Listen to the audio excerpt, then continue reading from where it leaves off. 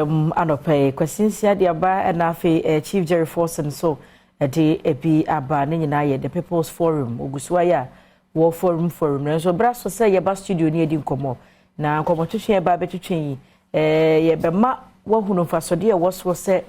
akenkan ye ba ho hia ye ma no de enti ye wo se ye hyew mu kran no mo kenkan me ne mpanimfo ye free pebby caps na atena se na adwuma de sonko a wo mo ne UNESCO aka wo ho abomu a omode ba no na ye ba bedi ho enkomo wo hye ho atare fefefe etimi nkomo ho manager ye ni ho enkomo sese na mpanifo atena se no eye adwoa mrekoa ampoma na afi no Prince Amwako na adwoa ye brand and communication senior associate Emma Perby Caps na afi Prince Amwako so ye brand and business development associate Emma Perby Caps mpanifo mema mwako aba Yenya mpomboko de Yankopon Adom de Yankopon ase next time na modi me t-shirt abreme yenyina ye hyebie yeye me hwe wa na me ka se ye be ni kra ba kwa ye dia bro bi nanka eja de show no be ko nanka yenyina ye brand on say yellow is beautiful ye da mo senso ye ni nkomo kakwa Perby Caps ye nim se mo ne UNESCO aka mo ho abomu a modi djuma so me mfra sem free adwo ho na edi adwuma na mudi a moto ne din Kaneval yi. Okay. Ye da se. Ye ka Kaneval a eye afia ye wo mu yai na UNESCO ye share encrimantemu a UNESCO a select and say UNESCO afa encrim say Accra World Book Capital no ye nya sa akwenya no say ye nso ye be ya famudie afa akenkan na Perby Caps na madwuma stronko a ye di a ni nyina efa se ye de enigye ebeba akenkan mu na ya ma akwala bi ehu akenkan no ye nso na ye the official partner e de ma UNESCO Accra World Book Capital 2023 di enti ye nso ye dwuma di a ye di no na ya to edin no Kaneval enti no free eye brofo kasa Kaneval mu a eno no eye traveling fanfare enti no na chere se kane no eye nkran a eno no gina ho edema to read and I say reading enti na chere se Kaneval no eye akenkan a na se enije dia ewo akenkan mu na we ye afe ba akudwumadi a chere se ye di na dwumadi ni nyina bekwa awie ye no na na ye pese ye de ma society ana se obia ehune se akenkan de anigye eba akenkan de mpuntuo ana se ye di eba eno nti no ehu behia se obia betumi akenkan tina chese ye mankwala ehu se de omo bekenkan ne anigye a ewa akenkan mu na anotwase ye ko school mu a ni nkwala bebre mpa akenkan ye bekenkan a na ye textbooks na se exam se bedru so nko a na ye kan ba ehwehwemu nso ama yate ase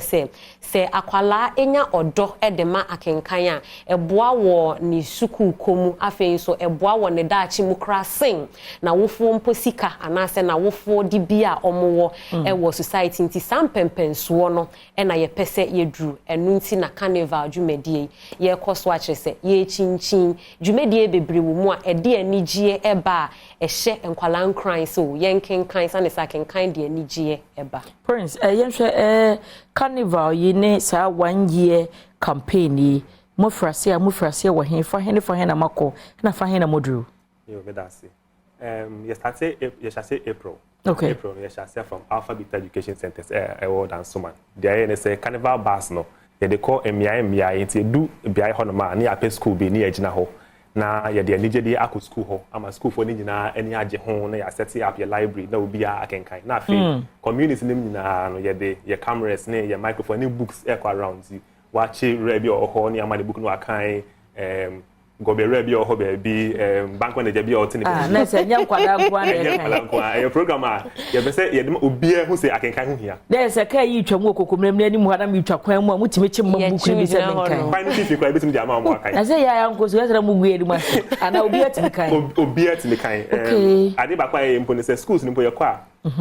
books ne e wa horo bebre books ni mpo ya measure into no book bia ne den esifati into no obi betim obi of the same class. But so Perby Caps library na you be and the kind the same book. You share wa baby edu and send your book a obetimi akan a ombre ho. Afen so enye brofo nko a ye wo twi akenkan na de nyina ho twi de ne kan ko na ne kan so nko ye ti mo bi twi bible bro be kan wa ya na sense to no enti no ye do community ho no ma obia school for enti so far na ya call dance so man and they can call alphabet ne potem ho no ye call amrahia ye do amrahia no ye can stop here wo golden angel school and afi omo around ni na afi ye call kwabenya na ejina wo child of the lights and afi so kwabenya area ho nyina so ye ne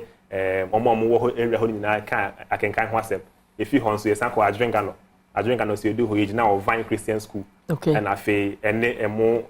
community ho no nyina and ye san ba dance man bi ma dance man no they can call dance man B cluster of schools because now they can call private schools now but yeah permissions from GES ne security supervisors ne ade ne pe aban school ni bi because they say akọ say enye private schools ne kwa private schools no na do na normal friend mo mbra mo ne partnership say but yeah so pe aban schools ni bi a person no yes collaboration ya aban school ni bi but they can share from dance man B cluster of schools you hold them the one week in fact the you call Monday Thursday Friday I call him sa na school name no yeah the bouncy castle yeah the face painting yeah the